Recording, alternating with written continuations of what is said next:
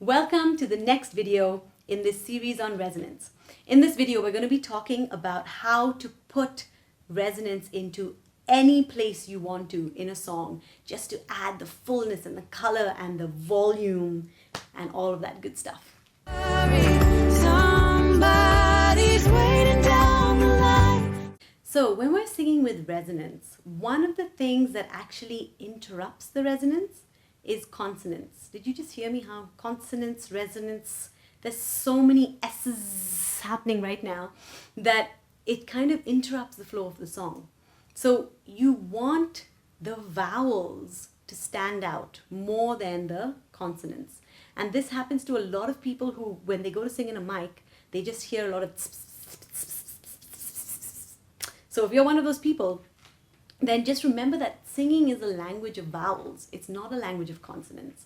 Okay, so when we sing, I've learned to be ashamed of all my scars. I've learned to be ashamed of all my scars. If I was to pronounce those words perfectly, it would be, I've learned to be ashamed of all my scars. When you're doing solo contemporary singing, that's not the effect you want, because all the consonants are going to interrupt the listener's ear. And the pronunciation kind of gets in the way of the song. So you want to basically sing, I learned to be afraid of all my scars. You get my point? You just want to hear a beautiful, even tone coming through. I've learned to be ashamed of all my scars. So if you say ashamed of all my scars, the sh and the s is really going to interrupt the sound that is coming to your listener's ear. You can hear every word I'm singing, even though I'm focusing on the vowels. I'm not focusing on the consonants, right? I've learned to be ashamed of all my scars. And even the word I is I. There's so many sounds just to that one word, but you need to pick one vowel. You don't sing, I've learned to be. It doesn't work, right? You have to pick one vowel that you're going to focus on. And you have to pick those vowels. And this is especially true when you start to sing vibrato and stuff. All my ska is what you'd sing the vibrato on, not the z. You know, otherwise it would be, learn to be ashamed of all my scars. It doesn't work. You need to do vibrato on a vowel. So the ending of words are softened. They are not over-exaggerated. I've learned to be ashamed of all my scars. Run away, scars. Right? So when you do that, it's going to make your singing flow much more naturally. Okay? So let's stick with This Is Me and let's get to the belting bits. When the sharpest words want to cut me down, I'm gonna send a flood, gonna drown them out.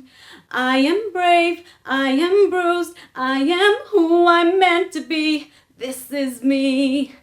Okay, so the nasal voice has helped me use that crying, emotional sound in a song, and it just brings everything together in such a perfect way.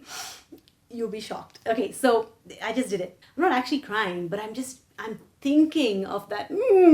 So I am brave, I am bruised, I am who I'm meant to be. This is me. This worked brilliantly for me when I had to sing A Million Dreams. It's right on a woman's break, that breaking point where you want to just switch over to falsetto, but you don't. You stay in your mix and you belt. See, my weakness is the nasal voice. I know that I have practiced to get into it. But if you don't have that weakness, then you don't have to follow this advice, right? But if I just add a little bit of a cry to it. So, I think of what the world could be, a vision of the one I see. A million dreams is all it's gonna take. Oh, a million dreams for the world we're gonna make.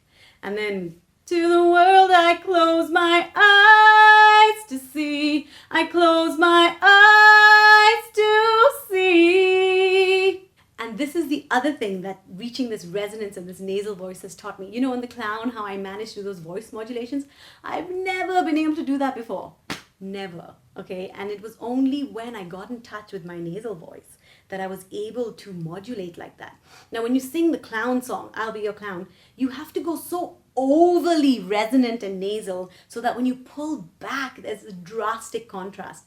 I'll be your clown. If I just go, I'll be your clown, it doesn't quite work. You oversell the nasal and you oversell the resonance. It's so funny. Before I started that song, I'll put the clip in right now. This is what I did.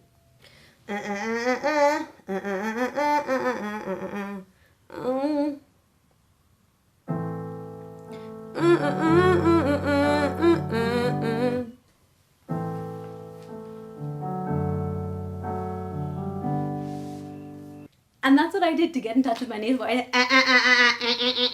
I'll be your clown behind the glass.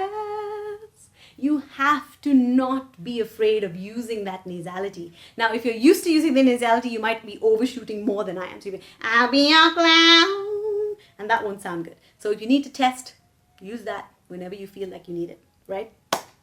Okay, so round in circles, I'm sailing out tonight. Like I could never control that break in your voice that I love to hear other people do. And I asked my singing teacher about this and she was like, that won't come for a while. Like you've got to understand how to sing in that nasal place as well as that resonant place, and then you've got to be able to play around with it because you have to get so in touch with your resonance, which I still feel today is borderline nasal, but I know in fact it's not, because I'll be your clown.